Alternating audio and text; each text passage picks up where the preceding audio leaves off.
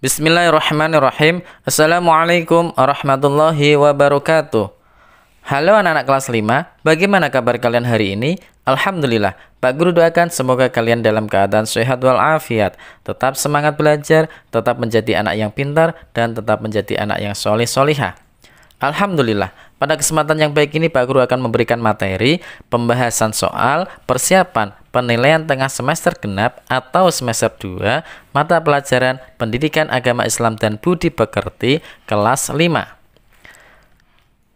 Sebelum kita masuk ke pembahasan soal, marilah kita berdoa terlebih dahulu. Berdoa mulai. Bismillahirrahmanirrahim.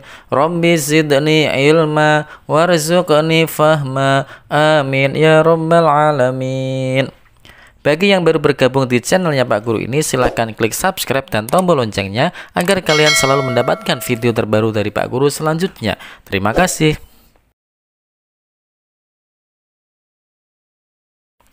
Anak-anak, sebelum ke pembahasan soal, ada beberapa materi yang harus diketahui dan dipelajari ya.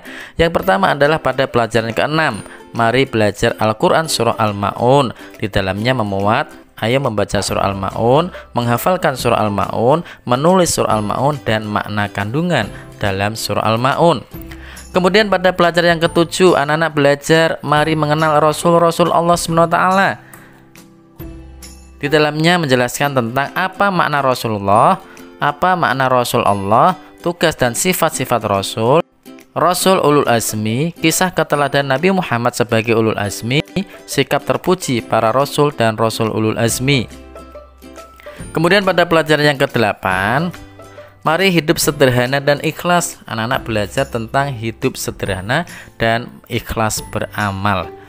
Anak-anak, itulah beberapa materi yang harus diketahui dan dipelajari agar anak-anak dalam mengerjakan soal PTS mendapatkan nilai yang terbaik. Amin ya robbal alamin. Mari anak-anak kita masuk ke pembahasan soal. Nomor 1, 3.1. 1. Al-Quran terdiri dari 114 surah. Masing-masing surah mempunyai urutan tersendiri. Surah Al-Ma'un dalam Al-Quran terdapat pada urutan ketitik-titik. A. 106, B. 107, C. 108, D. 109. Jawaban yang benar adalah B. 107. 2. Kata Al-Ma'un digunakan menjadi nama surah diambil dari ayat ke-7. Al-Ma'un artinya titik-titik. Artinya apa anak-anak? Pinter sekali. Jawaban yang benar adalah A. Barang-barang yang berguna. 3. Al-Ma'un terdiri dari titik-titik ayat. Kalau anak-anak hafal, pasti bisa mengerjakan soal ini dengan baik dan benar. Jawabannya adalah 7 ayat. D. 4. Bacaan di bawah ini merupakan bagian dari surah Al-Ma'un ayat titik-titik. Wala yahuddu ala ta'amil miskin. A. 1, B2, C3, D4. Jawaban yang benar adalah C. Ayat ketiga. 5. Ayat kedua dari surah Al-Ma'un berbunyi titik-titik. Ara'aital ladzi yukazzibu biddin. Ayat pertama. Fadzalikal ladzi yad'ul yatim. Ayat kedua. Jadi jawabannya adalah A. Fadzalikal ladzi yad'ul yatim. 6. Bunyi bacaan ayat di bawah ini adalah titik-titik. Ala ta'amil miskin. Kita cari jawabannya yang benar. Ala ta'amil miskin. A jawabannya ya. Jawaban yang benar adalah A. 7. Surah Al-Ma'un termasuk golongan surah titik-titik. Karena surah Al-Ma'un itu diturunkan di kota Makkah, maka termasuk golongan surah Makkiyah. Pintar sekali. Jawabannya adalah B. Makkiyah. 8. Ayat di bawah ini yang berbunyi wa yamna'unal ma'un adalah titik-titik. Mana ya? Kita cari ya. A, B, C, atau D. Yang benar penulisannya. Jadi kalau anak-anak belajar tentang surah Al-Ma'un, di samping hafal, anak juga harus tahu penulisannya yang benar yang mana gitu kan. Jawaban yang benar adalah C. Wa yamna'unal ma'un. Itu jawaban yang benar. 9. Alladzina hum an sholatihim titik-titik. Lanjutan ayat di atas yang benar adalah titik-titik. ang sholatihim sahun. Jawabannya adalah B, sahun. 10. Fawailul lil musallin. Ayat di samping terdapat hukum bacaan titik-titik. Fawailul lil musallin. Tanwin bertemu dengan lam, lumah tanwin bertemu dengan lam, maka dibaca idgham bila gunnah. B jawabannya. 11. Pada ayat kedua surah Al-Maun dijelaskan, termasuk orang yang mendustakan agama adalah mereka yang menghardik anak yatim. Yang dimaksud anak yatim adalah anak yang ditinggal mati oleh titik-titik. Anak yatim itu ditinggal mati oleh ayahnya. A jawabannya. 12. Perhatikan ayat-ayat dalam surah Al-Maun di bawah ini. Mari kita perhatikan. Ayat 1, nomor 1 berbunyi fadzalikal ladzi yad'ul yatim. 2. Alladzina hum an sholatihim sahun. 3. Wala yahuddu ala ta'amil miskin. 4. Ara'aital ladzi yukazzibu biddin. Pasangan potongan ayat dan artinya yang sesuai yaitu titik-titik. Jawabannya adalah C, 3B ya, 3B. Itu sesuai dengan ayat dan artinya. Anak-anak, kita masuk ke KD 3.3. 13. Kata Rasul menurut bahasa artinya titik-titik. A. Utusan, B. Perintah, C. Nabi, D. Tugas. Jawaban yang benar adalah A. Utusan. 14. Percaya kepada Rasul Allah merupakan rukun iman yang ke titik-titik.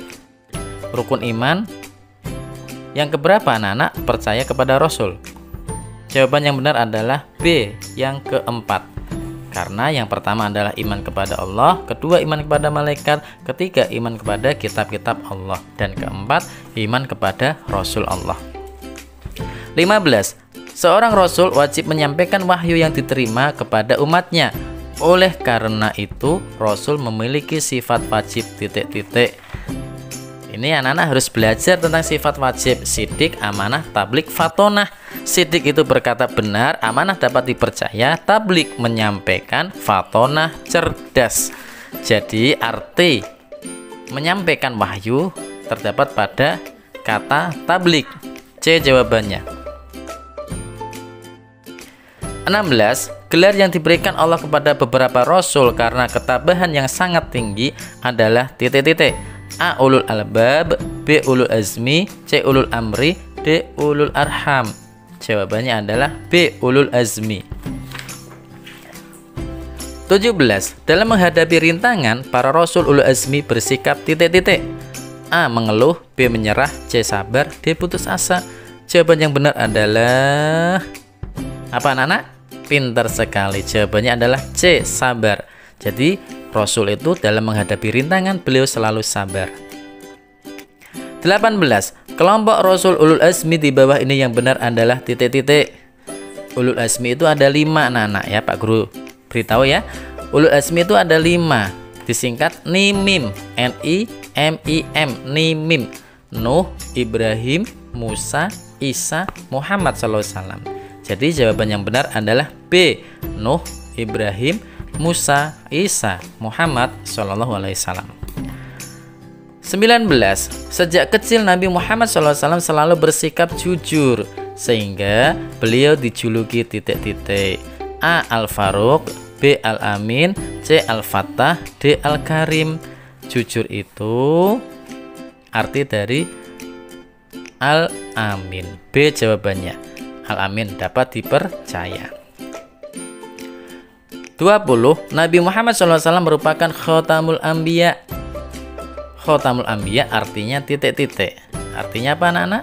Pintar sekali. Jawabannya adalah C. Penutup para nabi. Anak-anak, kita masuk ke KD 3.9. 21. Hidup sederhana adalah hidup di antara berlebihan dan titik-titik. Kalau kita hidup sederhana itu antara apa? Antara berlebihan dan kikir. C jawabannya. 22. Hidup sederhana dapat menghindarkan sikap titik-titik.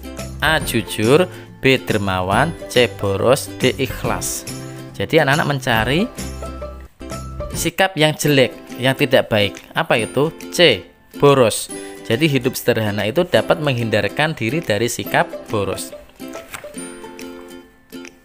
23. Perhatikan tabel di bawah ini. 1.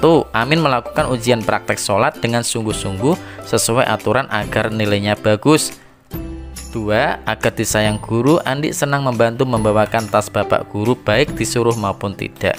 3. Agar tidak mencelakai orang lain, Arini menyingkirkan paku di jalan walau tidak ada yang melihat. 4. Agar dikenal orang banyak, Abdul memasang pengumuman di koran setelah menolong orang. Perbuatan pada tabel di atas yang mencerminkan perilaku ikhlas adalah yang dilakukan oleh titik-titik. Dilakukan oleh siapa anak-anak? Apakah Amin, Andi, Arini, atau Abdul? Jawaban yang benar adalah C. Arini. Arini menyingkirkan paku di jalan walaupun tidak ada yang melihat. Jadi dia itu ikhlas. Ikhlas untuk menyingkirkan paku yang ada di jalan. Anak-anak, demikianlah pembahasan soal persiapan penilaian tengah semester genap atau semester 2 mata pelajaran Pendidikan Agama Islam dan Budi Pekerti kelas 5. Mudah-mudahan anak-anak bisa mengerjakan dengan baik, dan Pak Guru doakan semoga anak-anak mendapatkan nilai yang terbaik. Amin ya robbal alamin. Marilah kita akhiri pembahasan ini dengan membaca hamdalah bersama-sama. Alhamdulillahi rabbil alamin. Wassalamualaikum warahmatullahi wabarakatuh.